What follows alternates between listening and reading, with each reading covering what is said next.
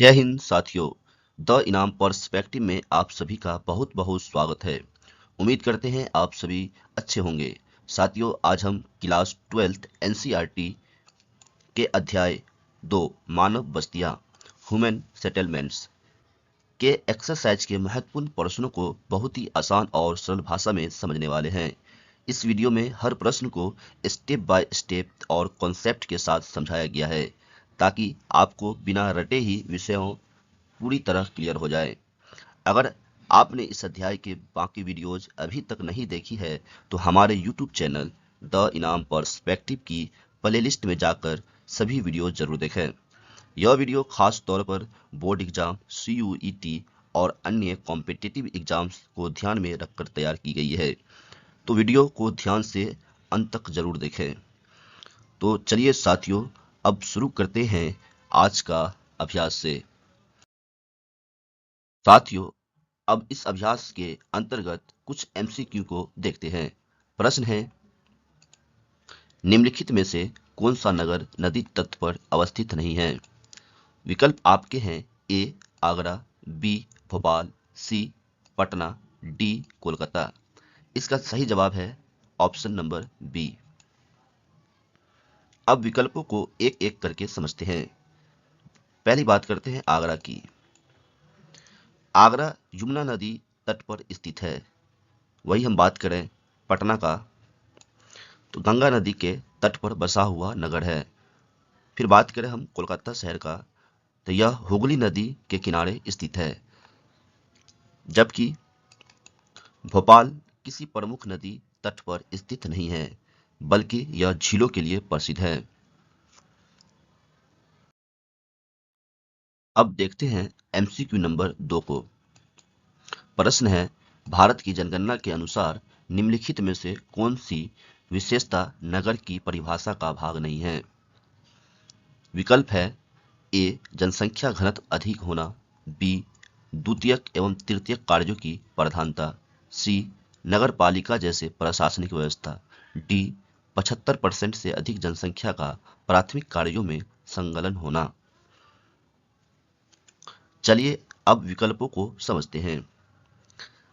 जनसंख्या घनत्व अधिक होना, यह नगर की एक प्रमुख विशेषता है। वही हम ऑप्शन बी को देखें, द्वितीयक एवं तृतीयक कार्यों की प्रधानता, यह भी शहरी क्षेत्र की पहचान है। वही बात करें नगर पालिका जैसे प्रशासनिक व्यवस्था की, यह भी नगर की परिभाषा में शामिल है। अगर ऑप्शन नंबर डी को देखें तो 75% से अधिक जनसंख्या का प्राथमिक कार्यों में संलग्न होना, यह जो है ग्रामीण क्षेत्र की विशेषता होती है, न कि नगर की। इसीलिए सही उत्तर है विकल्प डी।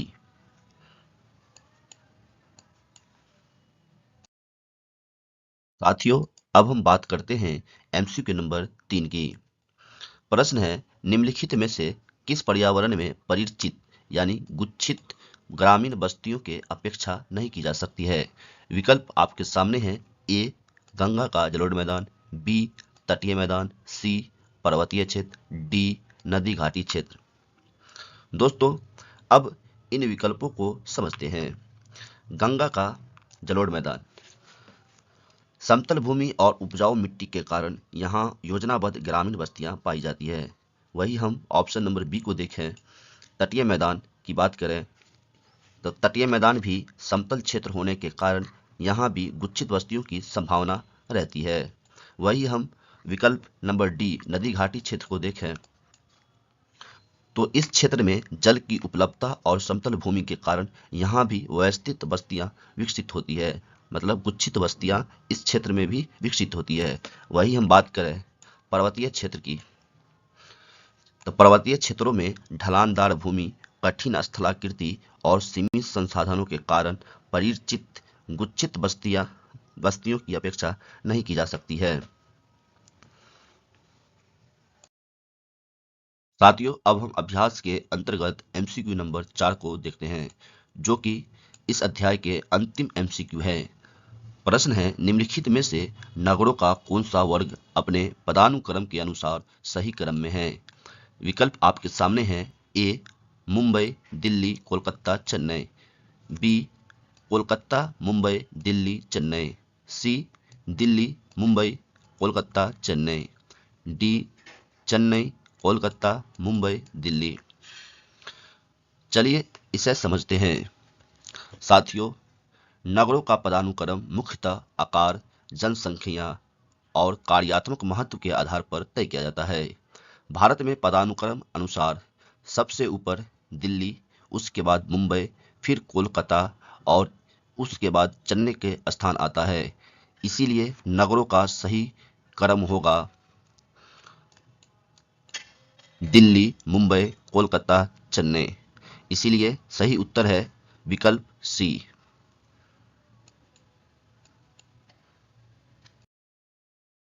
साथियों, अब हम एग्जाम बूस्टर नोट्स पर एक नज़र डालते हैं जो परीक्षा के लिए बहुत ही महत्वपूर्ण है। नदी तटीय नगर, आगरा, पटना, कोलकाता। जैसे आगरा यमुना नदी के किनारे, पटना गंगा नदी के किनारे, कोलकाता हुगली नदी के किनारे। दूसरा पॉइंट है नगर कार्य। नगर कार्य मतलब नगर में जो अधिकांशतः कार्य होता है, काम काज जो होता है, वो जो है द्वितीय और तृतीय वर्ग के कार्यों की प्रधानता होती है। वही हम बात करें गुच्छित बस्तियों की, तो यह समतल और उपजाऊ क्षेत्रों में पाई जाती है। नगर पदानुक्रम, नगर पदानुक्रम की बात करें तो भारत में दिल्ली का स्थान सबसे ऊपर है।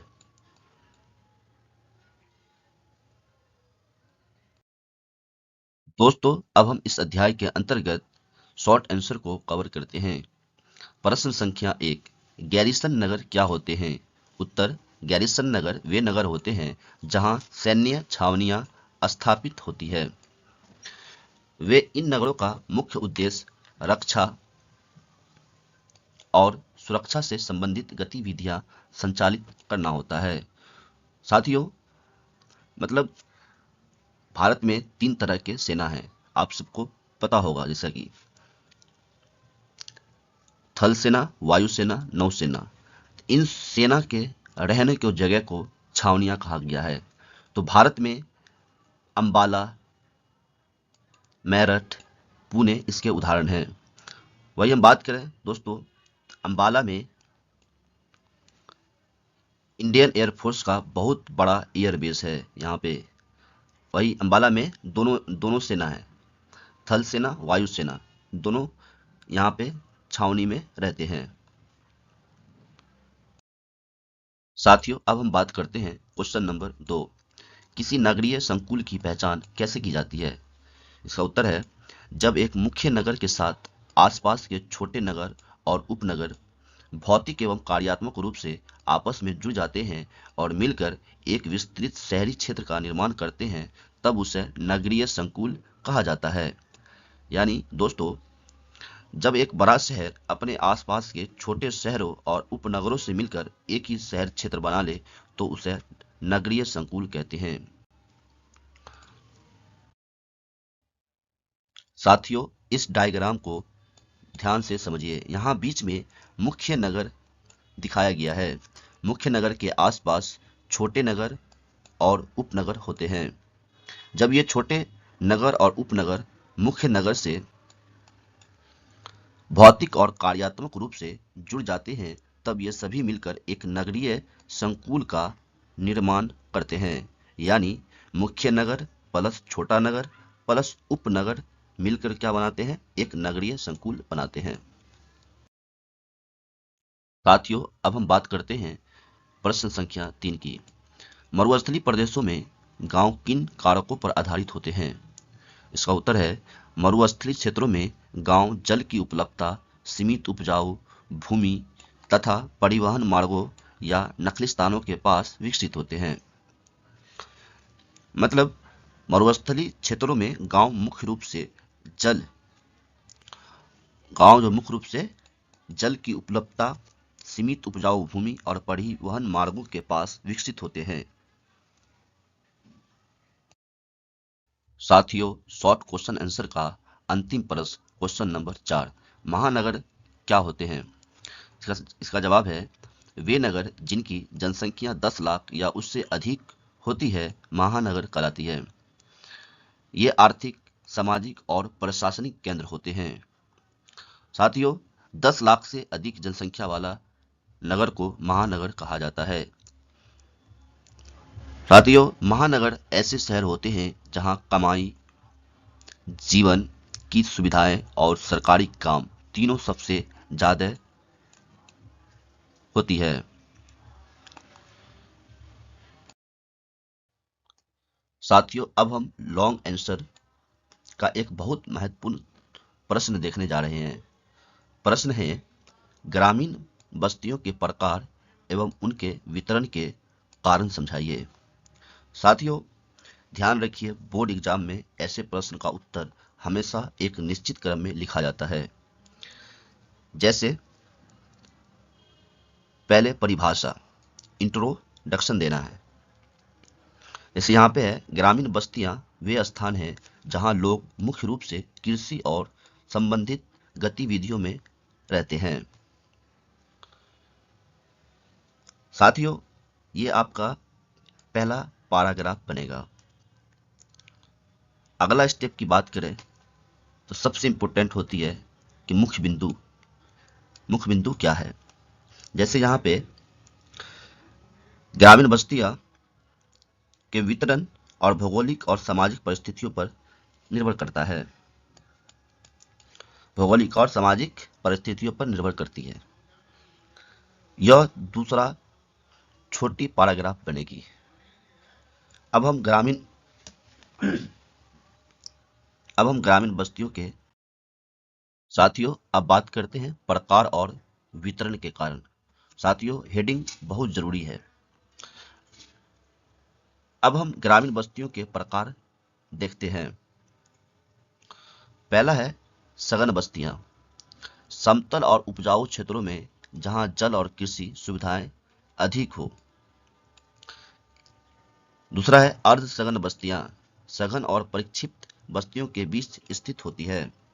जो सघन और परिक्षिप्त बस्तियों के बीच स्थित होती है वो कहलाती है अर्ध सघन बस्तियां। तीसरा है परिक्षिप्त बस्तियां, पर्वतीय, मरुस्थलीय और वन क्षेत्रों में सीमित होती है। साथियों, परिक्षिप्त बस्तियां आपको पर्वतीय, मरुस्थलीय और वन क्षेत्रों में पाई जाती है। साथियों, अब हम बात करते हैं वितरण के कारण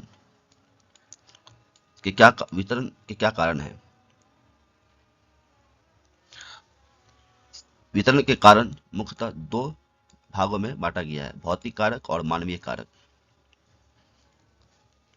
भौतिक कारक जैसे जलवायु, भूमि की उर्वरता और जल स्रोत। दूसरा है मानवीय कारक। मानवीय कारक में है जैसे कृषि, सुरक्षा, परिवहन, रोजगार।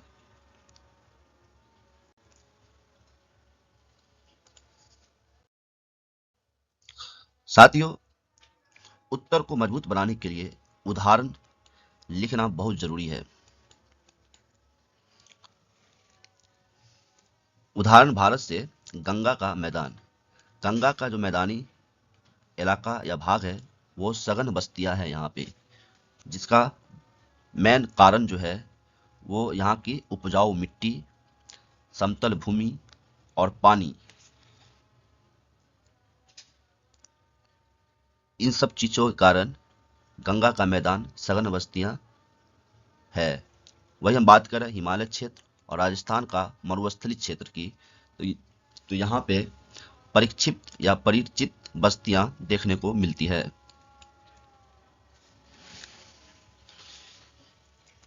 और अंत में एक छोटा सा निष्कर्ष लिखते हैं, कंक्लूजन। ग्रामीण बस्तियों का वितरण प्राकृतिक और मानव जनित कारकों के मिश्रण पर निर्भर करता है। मतलब ग्रामीण बस्तियों का वितरण प्राकृतिक और मानवीय दोनों कारकों के मिश्रण पर निर्भर करता है।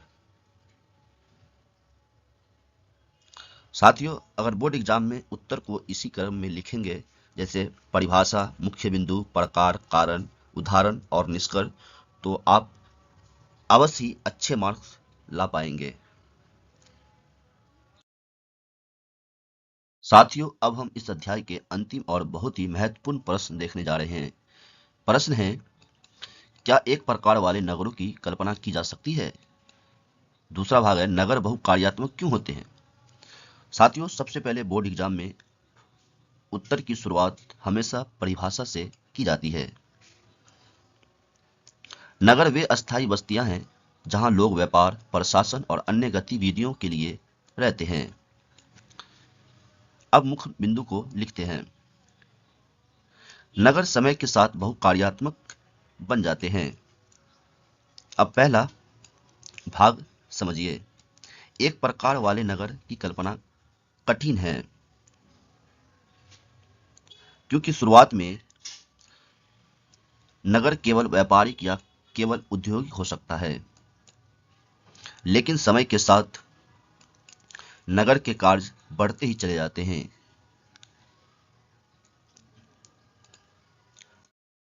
अब दूसरा भाग, नगर बहुकार्यात्मक क्यों होते हैं? नगर बहुकार्यात्मक क्यों होते हैं? क्योंकि एक ही नगर में व्यापार, औद्योगिक, प्रशासनिक और शैक्षिक गतिविधियां नगर में विकसित होती है।